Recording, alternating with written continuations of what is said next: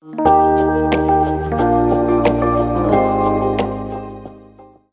to Counseling Co-op, the show where we collaboratively discuss issues and diagnoses in counseling. Today, we are discussing neurodevelopmental disorders, specifically specific learning disorders with Cooper, Crystal, and Zach. And let's just jump into it, shall we? Cooper, could you share a little bit about this for our listeners? Yeah, so specific learning disorder is a neurodevelopmental disorder which focuses on the impairment of a specific domain of academic intelligence, such as dyslexia for reading impairment, dysgraphia for writing impairment, or dyscalculia for math impairment, to put it simply. This disorder is actually interesting compared to the other neurodevelopmental disorders because it actually doesn't require an intellectual disability to be diagnosed. In fact, what we might often see in a clinical setting is a child or an adult, but more often a child who has a quite functional and intact general intelligence, but as I said, is lacking in specific areas of academic interest.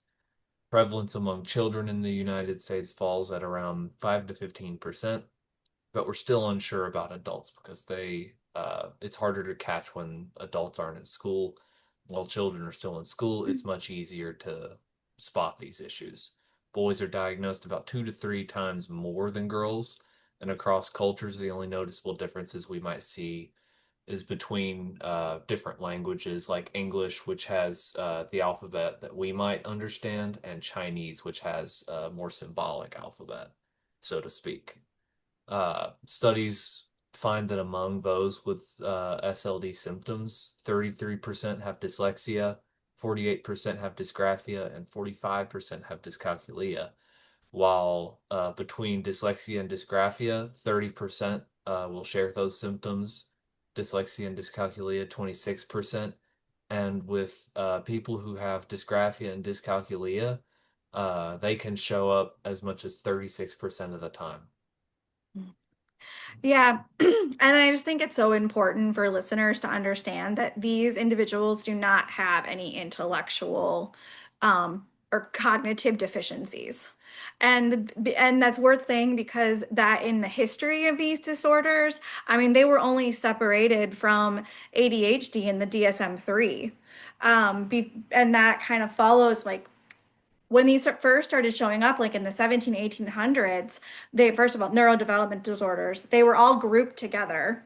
And specialists use words like imbecile and idiot and monster, which doesn't, it meant more abnormality in that time, but still, it's shocking. And again, it was only in the 1980s that they got their own category, like special learning disorders, and were seen as separate from things like ADHD.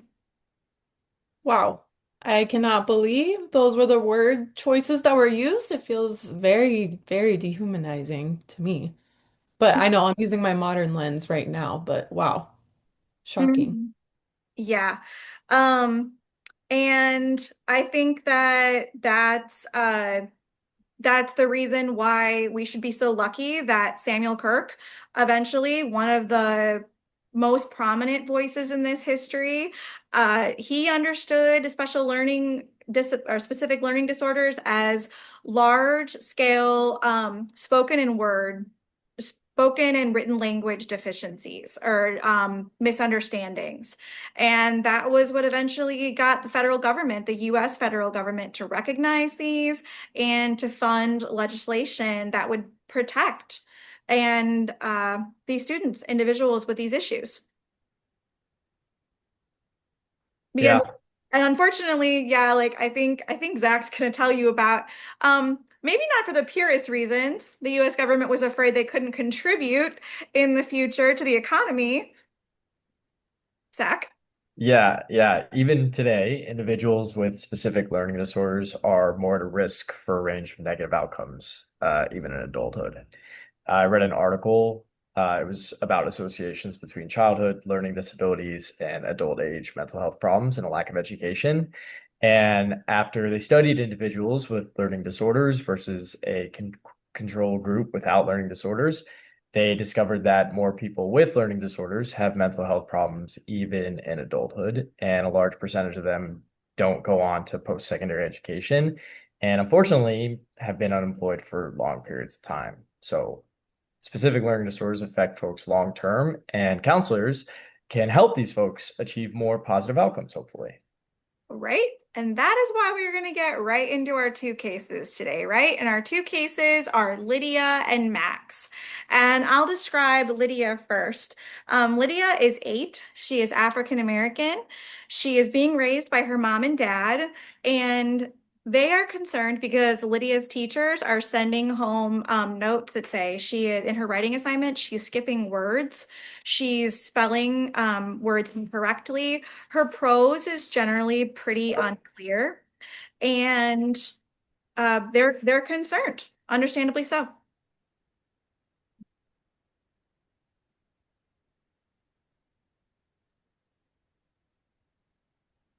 I think that Cooper, I think before the show, we were talking about some questions you had about this. Yeah, so do Lydia's teachers, do they have any kind of intervention that does seem to work whenever they spot these issues? And like, how does she behave in school, especially when these interventions are applied? Good questions. They describe her as solemn, sweet, solemn, quiet. And generally does better with more time, slowing down more time. I'm not surprised that she's quiet. Copying her peers would require a great deal of attention and focus. And if she's using those resources, the attention and focus, she probably doesn't have energy to engage with her class vocally. I wonder how she is with her peers throughout the rest of the school day. If she's generally isolated, those circumstances might contribute to depression. And unfortunately, I was reading actually that individuals with SLDs are at an even higher risk for suicide. And I'm not saying that that's the case here with Lydia, but it's important for us, especially as counselors, to see the full picture. Mm. For sure. I think this is a case of dysgraphia because based on the teacher's description that Lydia does seem to be able to read, it doesn't seem as likely that it's comorbid with dyslexia. I'm wondering, does Lydia have an IEP and do her parents and teachers communicate often? The parents and teachers do collaborate a lot. Mom in particular communicates about once a week. She's pretty negative about Lydia. She's worried she's following behind her peers, standardized tests, all that business. Okay, yeah, so mom's ruminating a lot, it sounds like, focusing on the negative.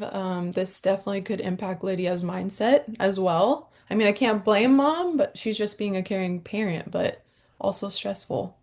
Mhm. Yeah, for sure. I definitely think Lydia could benefit from some kind of plan, at least a 504. Okay, so for listeners who might not know, a 504 plan comes from Section 504 of the Rehabilitation Act of 1973. It's a civil rights law that ensures that students with disabilities, like Lydia, have equal access to education. So it provides accommodations such as extended time on tests, preferential seating, what have you.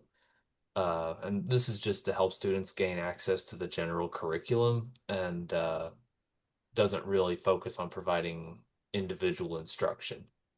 Eligibility requires that the student has a disability that substantially limits a major life activity, such as an SLD, which could limit learning, reading, math skills. And an IEP, on the other hand, is it comes from the Individuals with Disabilities Education Act, so the IDEA Act.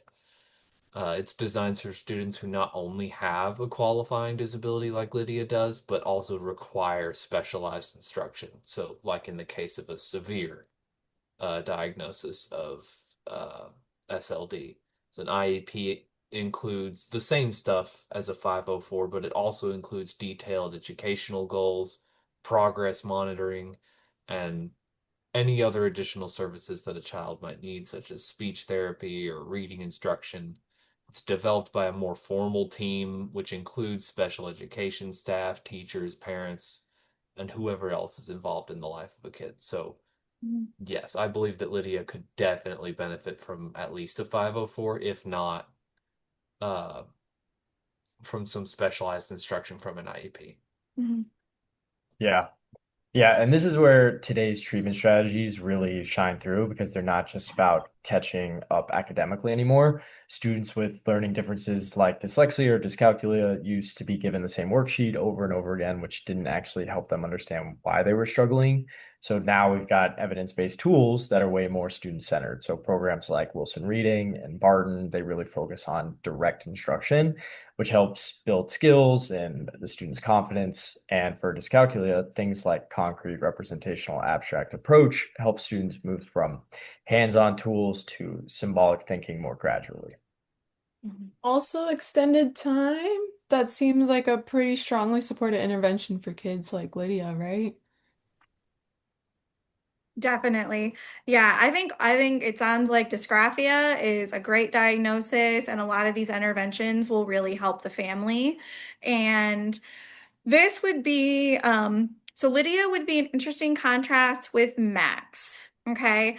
Max is 14, white, and is exhibiting well, he's having outbursts in English and math class. He specifically during writing assignments, anything that requires reading and writing. And he's already getting tutored in math. And his teachers describe him as inattentive and sometimes even adversarial. Oh, poor kid. He seems like he's really going through it. Yeah, this sounds like possibly comorbid dyslexia, dyscalculia, and maybe ADHD. Is that presumptuous? I don't think so. Like, obviously, we can't diagnose based off of just that little bit, but I think the level of frustration or difficulty in multiple cases, in multiple classes, as well as the behavior is indicative of all of it. And is he struggling with writing when he does? No, not as much with that. He writes in a journal and he's very creative. He actually expresses like things that are going on in his emotional life, as well as some trouble sleeping. I guess he told the teacher that it's not the writing, it's the reading. Okay, definitely it seems like all three then. The sleep disturbance note is also possibly indicative of the comorbidity with the ADHD.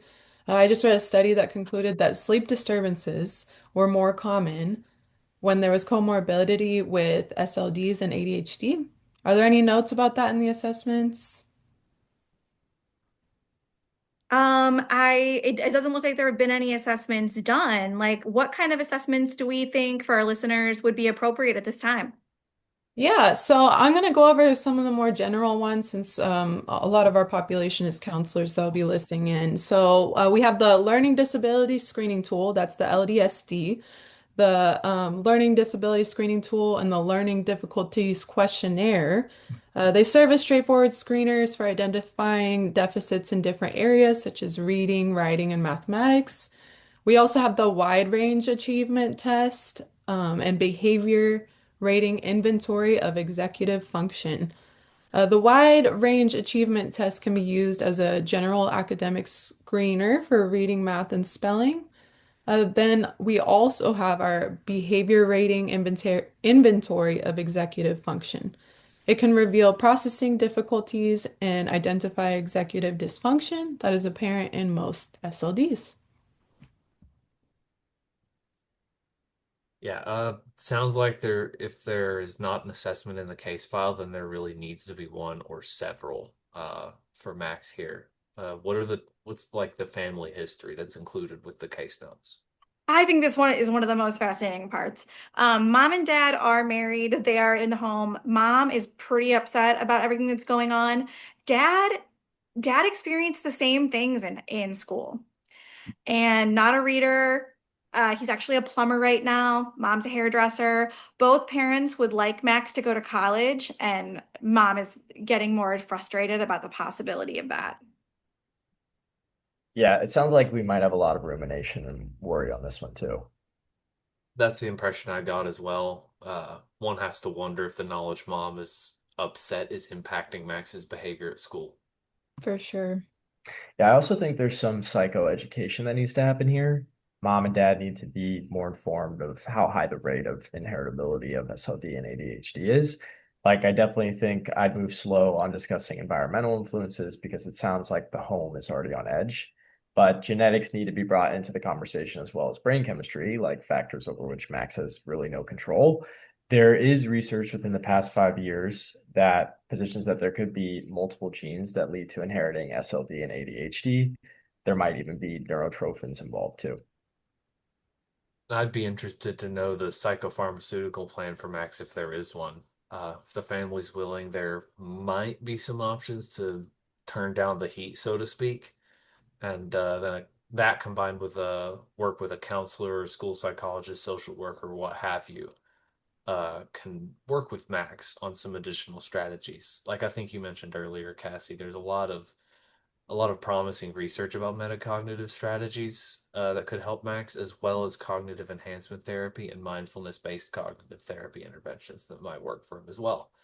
The metacognition strategies could aid his vocabulary and story comprehension skill acquisition, and particularly cognitive enhancement therapy might help his attention challenges. And in an integrated care plan, we need to get the school and teacher involved as well. I know teachers today are stressed, and I'm not sure how well SLD is addressed in prep programs. So, again, like in other aspects of this case, a gentle hand will need to be applied. But the teacher needs to be dissuaded from any memorization, extra assignments, or super one-size-fits-all interventions. Instead, Max most likely needs explicit instruction, repeated reading, and breaking down each of the tasks into smaller goals and steps. I mean, he might need different lessons than other students in the class, which speaks to the need for an IEP. That would be As great, part of, especially. Go ahead. sorry, you go ahead, Zach. I was gonna say that would be great, especially for math. Having like technology and like those tech tools and games. Any additional representations of all concepts, so like multisensory interventions, are very positive for kids like Max. One thing I always try to bring into my counseling sessions is how these learning differences affect more than just grades. So a student's self-esteem, their anxiety, their motivation, it's really all connected here. That's why these tech tools like speech to text software or even these fun math games can be game changers for them. They help students feel successful and reduce frustration, which in turn builds that resilience. But as counselors, we're in a great position to really bridge that gap between academics and emotional wellness. And as a part of that IEP, it could be also good for Max to use technology similar to Lydia, but like games and tech tools and such that'll adjust, like you talked about, could really provide an instant feedback. I think that it's going to take a really organized relational therapist to connect all of these moving parts, right? Like these people all need to be connected and on a team for Max. And same for Lydia. And I think that we've had a lot of good discussion here about how counselors can help these young people and hopefully make them happier, healthy humans in the future. We want to thank you for listening to another episode of Counseling Co-op and tune in next week when we talk about anxiety and depression. See you, folks.